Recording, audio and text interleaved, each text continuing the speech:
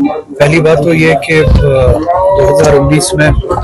جو دھوکے دیے گئے تھے کچھ لوگوں کو، اور جس دھوکے میں لا کے کچھ لوگوں کو یہ گمان ہوا تھا کہ 2019 5 اگست کے فیصلے شاید ان کے حق میں ہیں، آج ان پہ بھی حقیقت واضح ہو چکی ہے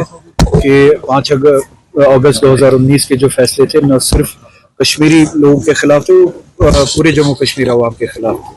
اس میں چاہے لداخ سے وابستہ لوگ ہو، جموں سے وابستہ لوگ ہو یا کشمیر سے وابستہ لوگ ہو۔ 2019 کے فیصلوں نے ہم سے ہمارے اختیارات چھینے، ہم سے وہ سٹیٹس چھینا جس سٹیٹس کے ذریعے ہم اپنے فیصلے خود کرتے تھے۔ دوسری بات یہ کہ جس طرح سے لداخ کے لوگوں نے، جب ہم لداخ کی بات کرتے اس میں کرگل بھی ہے، لیہ بھی ہے، لوگوں نے یہ ڈیمانڈ کی تھی کہ یا تو ہمیں جموں کشمیر کے ریاست کے ساتھ واپس منسلک کیا جائے، یا تو سکس شیڈول جو ہے اس میں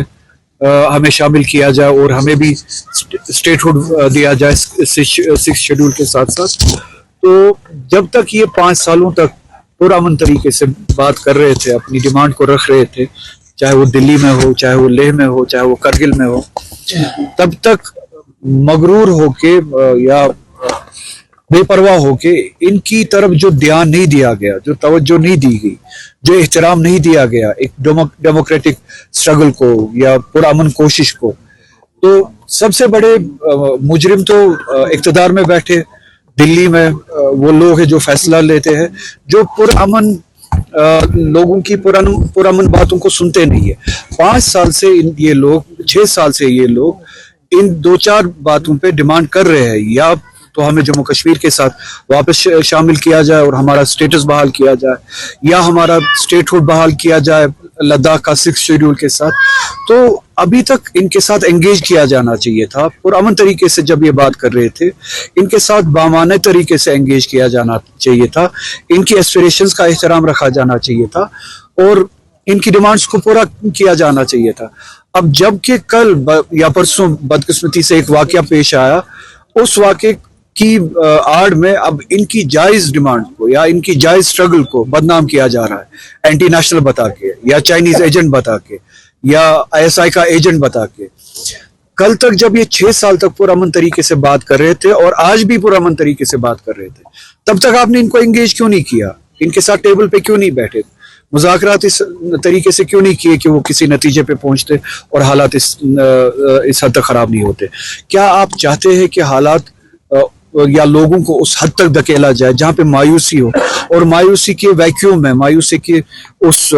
سچویشن میں اس طرح کے واقعات ہو، اور آپ اس طرح کے واقعات کا ناجائز فائدہ اٹھا کے پھر لوگ جن کی ایسپریشنز ہوتی ہے ان کو اینٹی نیشنل قرار دے، ان کو ملک دشمن قرار دے اور ان کی جائز ڈیمانڈ پہ جو ہے آپ پیر رکھے یا رون دے؟ تو میری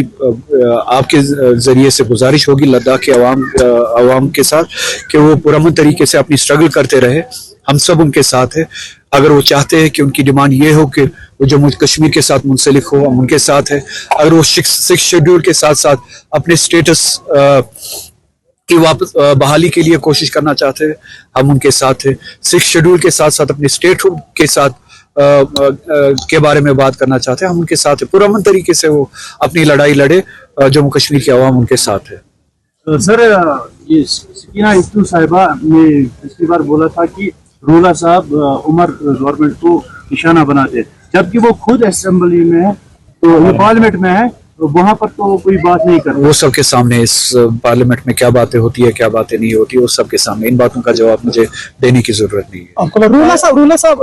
جو لداخ میں حالت بنی، لداخ میں اسٹیٹ ہوڈ کو لے کر مانگ کی جا رہی تھی، ادھر جموں کشمیر میں بھی اسٹیٹ ہوڈ کو لے کر لگاتار آپ مانگ کر رہے ہو، کیا لداخ میں جو کچھ ہوا اس کے اثرات جموں کشمیر میں پڑ سکتے ہیں، اور کیا جموں کشمیر میں اب اسٹیٹ ہوڈ کی مانگ کو چھوڑا جا سکتا ہے؟ نہ صرف اسٹیٹ ہوڈ بلکہ ہمارا اسٹیٹس جو تھا 370 کے ذریعے جو ہماری پروٹیکشنز تھی آئین میں،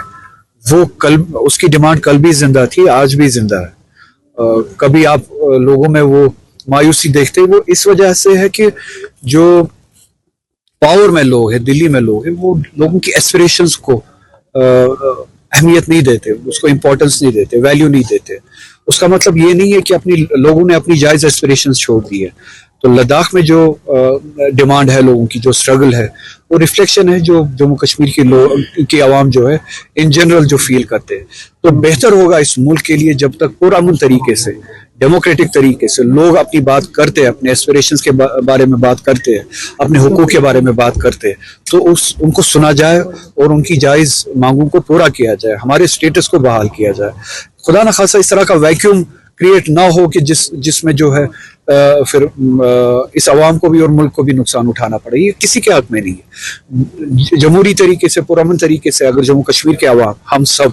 اپنی ایسپریشنز کے بارے میں بولتے, اپنے رائٹس کے بارے میں بولتے, تو یہ ملک کے حق میں ہے کہ جو دلی میں طاقتیں ہیں وہ جموں کشمیر کے لوگوں کی بات کو سنے اور اس کو پورا کرے, اس سے عمل کرے. ہماری پروٹیکشن جو 370 کے ذریعے ہمیں جو پروٹیکشنز تھی اس پوری ریاست کو بشمول لداخ, وہ پروٹیکشنز ہمیں واپس دے اور وہ اسٹیٹس ہمیں واپس دے. عمر عبداللہ نے کل کہا تھا کہ ہم بی جے پی سرکار کو جموں کشمیر میں نہیں آنے دیں گے, ہم اپنی طریقے سے کام یہاں پہ کر رہے ہیں اور ہم کرتے رہیں. تو اچھی بات ہے, جموں کشمیر کے لوگوں نے ووٹ ہی اسی لیے دیا تھا پچھلی اسمبلی الیکشن میں کہ بی جے پی کو جموں کشمیر سے دور رکھا جائے.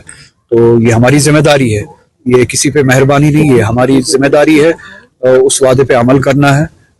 اس تنظیم نے ووٹ لیا ہے اس بات کے لیے کہ ہم بی جے پی کو اس ریاست سے دور رکھیں گے. یہ مہربانی نہیں ہے, وہ اپنے قول پہ اور اپنے وعدے پہ عمل کرنے کی بات ہے. جب تک یہ 5 سالوں تک پرامن طریقے سے بات کر رہے تھے, اپنی ڈیمانڈ کو رکھ رہے تھے, چاہے وہ دلی میں ہو, چاہے وہ لیہ میں ہو, چاہے وہ کرگل میں ہو,